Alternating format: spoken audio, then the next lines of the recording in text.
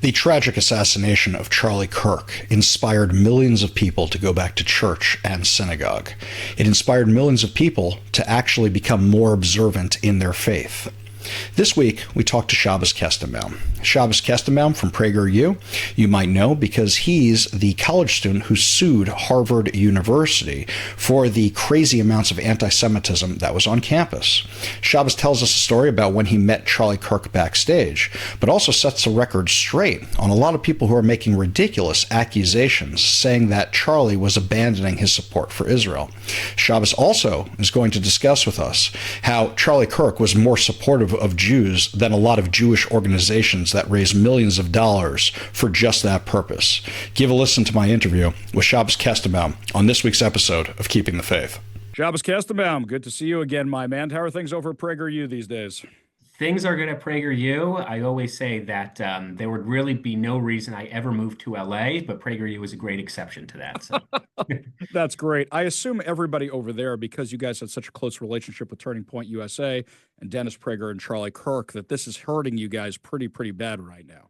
Oh, yeah. Yeah. Dennis and Charlie were close. They were personal friends. Charlie visited Dennis when he was in the hospital. When we first heard the news, not that he was killed, but that he was shot, we immediately formed a prayer circle right outside the building.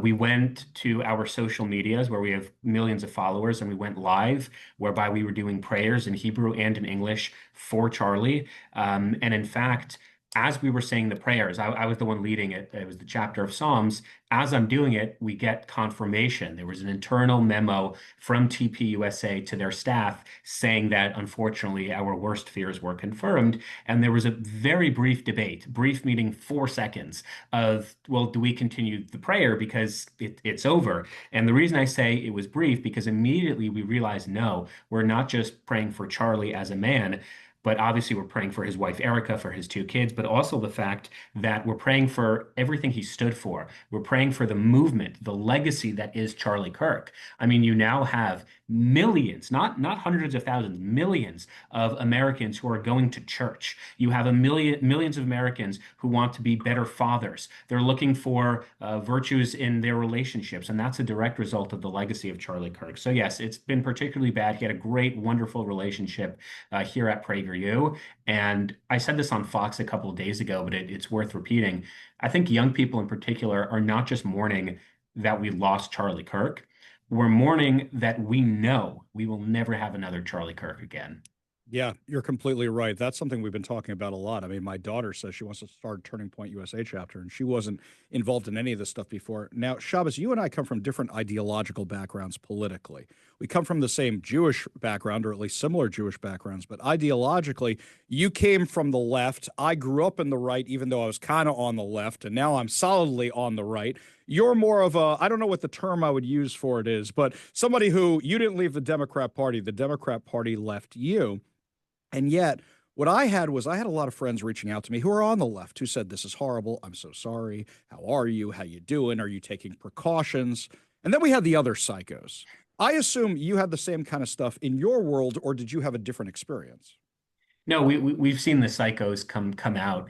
And I sort of said this with October 7th, that to me, the story of October 7th is not the story of October 7th, because Hamas is a dictatorial, tyrannical regime that should be obliterated from the face of the earth. But they're very clear as to what their goals are. I mean, you can read their charter online in English. They call for the eradication of the Jew from the river to the sea. So when terrorists commit acts of terrorism, it's bad. We should respond, but they're terrorists. It's who they are. It's what they do. My red pilling moment was sort of, okay, all of those on the left, those who I voted for, those who I took knees for, those who I marched with, they're looking at October 7th, and they're looking at the acts of terror, and their immediate reaction is to side with the terrorists who did that thing. You had 34 student groups at Harvard, for example, who were championing what Hamas was doing on the night of October 7th. So I always say October 7th really begins on October 8th, the reaction of those in the West. And I think you can sort of draw an analogy with Charlie Kirk. It wasn't just that there was an assassin, because we know, unfortunately, there are evil people in this world who do really evil things. But it's the fact you had on the progressive left people who take knees for Black Lives Matter and introduce themselves with preferred gender pronouns and are otherwise quite civil and polite in public discourse, quite literally celebrating what was happening. You have DEI officers on American college campuses saying, and I quote, "It's okay to be happy." I mean, that to me is way more dangerous than any one lunatic assassin. And again, this lunatic assassin should get the death penalty. Don't get me wrong, I'm not excusing it, but I'm far more concerned about the millions of Americans who were watching what was happening and saying, yeah, this is a good thing. This is something we as a society can and should support. It's absolutely crazy. Now, I don't know what your experience has been in your synagogues where you are, but I know in the Orthodox synagogues in Seattle, Washington, they're very, very conservative politically, but there's still a bunch of people on the left. Our rabbi spoke about this, about Charlie Kirk getting assassinated. He never, ever, ever talks politics.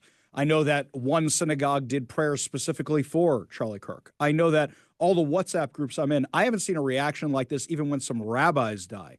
Everybody saw him as a true friend of Jews and a true friend of Israel. Did you have a similar thing that you saw from your friend groups? Yeah, so the Orthodox Union put out a statement and they explicitly mentioned the name Charlie Kirk. Here in LA, the Orthodox synagogues that I go to, Beth Jacob, Young Israel, yes, they were all similarly upset and distraught over Charlie Kirk's assassination.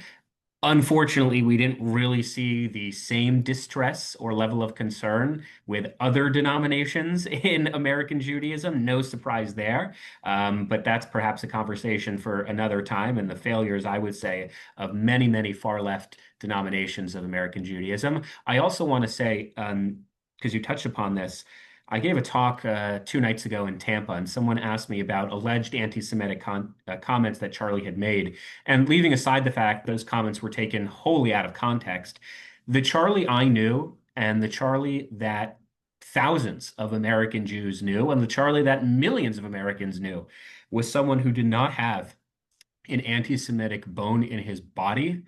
This is someone who, on the night before he was assassinated, was literally having a Zoom call with a rabbi in Israel as to how best we can bring young Americans into the pro-Israel camp. This is someone who called anti-Semitism numerous times demonic.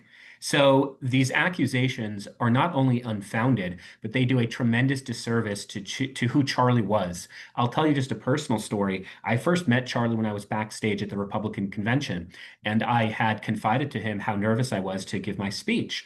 And very quickly, he puts his arms on my shoulders and he says, "Shabbos, I want you to know, so long as you're telling the truth, you have nothing to be afraid of." And that's who Charlie was. This is someone who had really strong convictions, morally, politically, religiously. He fought for them. Unfortunately, he also died for them.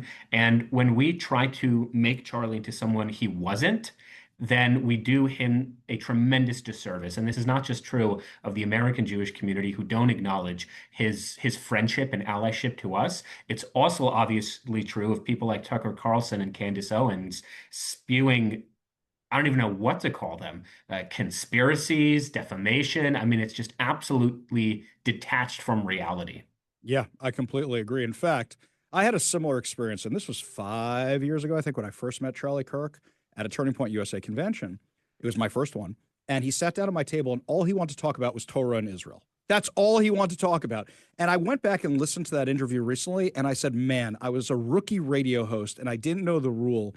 Lean into what your guest wants to talk about and dump your pre-done questions and everything else and stupid me, because I would have gotten such biblical discussions out of him. So that's my error that unfortunately I can't fix.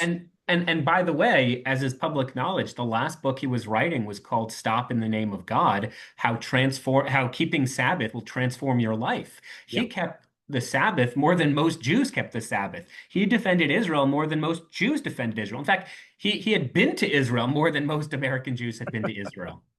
Yes, absolutely. Now, also something you said just now about you being backstage. So you're recently out of Harvard. You sued Harvard over their anti-Semitism. You won. The Trump administration picked up the charge and did a whole lot more with it, as you have often said. You know, people gave you a little bit of garbage with how come you didn't continue the fight, and your line was perfect. It was the Trump administration could do so much more than I ever could, the Department of Education could do more than I ever could. But I just think about it as the head of Turning Point USA, a college organization, had a college kid right there in front of him trying to settle him down. That's a guy who knew how to talk to college kids. Yeah. But something that I've seen on social media the past few days, I saw it on Fox News, is a lot of people are mad at the ADL, as am I, for many other reasons. But the ADL is supposed to be this Defender of Jews organization. And I noticed that with you, I never saw any of these organizations coming to your defense. Instead, I see organizations like the ADL defending the other side because they line up politically with them.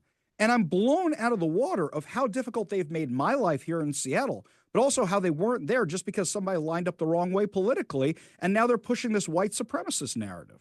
Yeah, it's interesting you mentioned the ADL because if you go to Harvard's campus, for example, and you talk about the ADL, you will be laughed at because ADL is a white nationalist, far-right, white supremacist group. And the reality is it's probably the exact opposite. This is an organization that internally within the American Jewish community receives so much criticism specifically because they spent a considerable amount of time pre-October 7th focusing on issues that not only had nothing to do with the Jewish people, but in many respects actually harmed the Jewish people. Movements like Black Lives Matter being one of them. And look, I supported Black Lives Matter, but in my defense, I was 17 at the time. An organization that raises hundreds of millions of dollars annually, all in the name of protecting the American Jewish community, should probably have realized, because the signs were there, that this is not an organization we want to be supporting. So that's number one. And then the second point, as it pertains to Charlie in particular, if the whole point of the ADL, or really any organization, is to, protect the interests of the American Jewish community, Charlie was one of our biggest defenders, and he wasn't Jewish. This is someone who I said earlier was so morally and religiously repulsed by anti-Semitism. And in fact, when he had, this is a month or two ago at his Turning Point USA conference, a debate between Dave Smith, the third-rate comedian, and Josh Hammer, an actual intellectual, I obviously disagree with Dave Smith on basically everything, especially his comedic material, because it's not funny. But point being, Charlie prefaced and closed that debate by saying, we can and should have debates and disagreements when it comes to Israel and America first, but what we must agree on is that there is no room for Jew hatred in any political discourse in the United States. So agree or disagree with Charlie's politics, but he, in effect, was like the best spokesman for the American Jewish community. And he wasn't Jewish. So when I, for example, go on TV, and I was on Fox today, when I talk about Israel or when I talk about why I support the American Jewish community, it's like, yeah, obviously, my name is freaking Shabbos Kestenbaum and I wear a yarmulke. But when a guy like Charlie Kirk says it, he had no incentive to do it. On the contrary, he had pressures to not do it. Gen Z Americans were increasingly shifting away from Israel. And Charlie, by the grace of God, insisted up until the day he died that we support Judeo-Christian values, learn the Hebrew Bible, go to church, be a man of God. And I don't know of any obvious replacement to someone like Charlie. I completely agree. In fact, you mentioned earlier in our conversation that Charlie, the night before he died, was talking to some rabbis. And we actually had Rabbi Walicki on the show to discuss that conversation that they had. And it was fascinating what Rabbi Walicki said. He said it was a back and forth where Charlie was saying over 50% of the questions I get on college campuses these days were about Israel. Yeah. I want to refine my talking points, and I want to talk them out with you, and I want to argue them out with you. And it wasn't a tell me what to say. It was a, this is what I believe. Now give me, and it was devil's advocate. It was back and forth, because that seems to me, even though I didn't know him very well, who Charlie was. And just like you just said, Charlie did so much advocacy. He did more than a term that I love that you use, the anti-Semitism industrial complex, which there are all these organizations that raise millions of dollars every year that claim they're fighting against anti-Semitism. And yet when we actually need them, they're not there because they're more worried about their political connections than actually helping Jews. Oh, we're not going to help Ari Hoffman because he's politically conservative and we can't actually step up and help him because it'll tick off the left. It is mind-blowing to me and how eye-opening that experience it was when I was getting death threats that the ADL goes, nope, we don't want to touch this.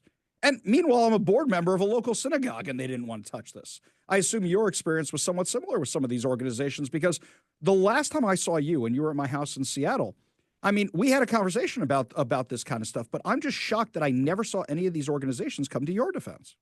Yeah, I would say that of the biggest legacy organizations, Jewish legacy organizations in the United States, irrespective of your politics, the question must be asked. You have collectively raised billions of dollars. What is it specifically that you have done with that money, especially as it pertains to the advancement of the interests of the American Jewish community? Because at best, October 7th showed that that money was used ineffectively, and at worst, it showed that the money was actually used against our interests. And the fact that you were not given, forget about protection, because that sounds very defensive, but you were not given the resources whereby you can continue the important work you're doing, really underscores a fundamental point whereby if the institution is more important than the people, then the institution has really lost its legitimacy to represent the people. And if the interests of the ADL or the AJC or whatever the organization is are more important than like American Jews, Jews on college campuses, Jews like yourself who are prominently featured in American Jewish life and are therefore targets, then we really have to ask the question, well, then what exactly do the organizations do and who exactly do they serve? And I may have mentioned this last time we spoke, which is the Department of Government Efficiency, DOGE, their job is to root out the waste, the fraud, and abuse in all the governmental agencies. And I actually think, and Malcolm Hoenlein, the former president of the Conference of Major Presidents of Jewish Organizations, kind of told me this as well. There should be a DOGE for the Jewish establishment organizations. Like, I'm not saying donate, don't donate. All I'm saying is if you are donating to those organizations, you should ask them like very clearly, what have you done to help Jewish students on college campuses? What have you done to support the state of Israel? And if the organizations can't explicitly and clearly articulate what they have done, then I would really encourage you as the donor to say, okay, well then I'm not going to support this organization. And one of the other things I kind of have started talking about more openly because I stopped getting invited to their gala dinners anyway, so I don't have much to lose, which is if you want to support students happens to be a really good example. If you want to support students, then just support the students. Why give it to an organization that's really just acting as a middleman? Just give it to the students directly. Give it to the Chabad on campus because they know more than any organization what specifically the students need because they're basically comprised exclusively of students. So I think a lot of these legacy organizations need to be making a compelling case to the American Jewish community as to how and why they're relevant, as opposed to just assuming that we are going to continue giving in the way that we've given before. And the last point I want to make, sorry for the long answer, is I'm not out to get any of the organizations. I actually want to help them. I think if they succeed, we all succeed. But the writings, the red sirens are flashing. I am telling you, I'm telling any of the Jewish nonprofits, both on your show and I've told privately, do not take for granted the support of young American Jews. They do not, as a whole, see the rationale of supporting all of these legacy organizations that they can't really identify as helpful in their own campuses, in their own experiences. So you need to make the case to them as to why when they become young professionals and when they make some money in their lives, why they should be donating to your cause. Because right now, there's a lot of skepticism, and I think rightly so. So you and I, not too long ago, were in a 5-way, 6-way debate. It was you, me, and 3 or 4 other people. And I think it's safe to say that you and I won. Everybody else lost, the moderator. But I would also say is that I'm sitting there at this time. You and I are saying very similar things, but you were making an excellent point during this debate, which I go, damn, that's a good point, but that's his argument, and I can't even. And the point you were making was about the youth. I think we have a newly energized group of kids that now want to be politically active even before Charlie got shot. Now it's like they're all dosed up on something where they want to be even more politically active, and they shouldn't be taken for granted. Just before we let you go, so with regards to your faith, do you find that all this political work actually makes you feel more in touch with your faith? Because for me, I excel in a non-Jewish environment. What do I mean by that? When I'm in a non-Jewish environment, when I'm working with non-Jews, I always feel like I have to level up my Judaism. Whereas when I'm surrounded by Jews, I'm like, well, they kind of got this and I don't really have to work as hard. Do you have something similar happen, or has this changed? Has any of this affected how you look at God, how you look at religion? Yeah, that's wow. I love that question. I think there are two ways of answering it. One is my political philosophy, and then the other is more historical in a sense. So my political philosophy is if you truly believe in your convictions, be it religious or political, then not only should you not be afraid to engage in foreign ideas, but if anything, you kind of have to engage in foreign ideas. No one took the approach, hey, Charlie Kirk, you should not debate transgenders because you might become a transgender. No, it was Charlie really believes in what he's saying. And to validate his points, he's actually going to go into the lion's den and be challenged on his points. And he became a stronger debater. He became more committed to his causes, specifically because he went out deliberately to challenge them. So that's sort of my political philosophy as well, which is I'm very comfortable with my Jewish identity. I'm very comfortable with my religious beliefs, which is why when I engage, especially here at PragerU, when I don't know the exact numbers, but the overwhelming majority are Christians,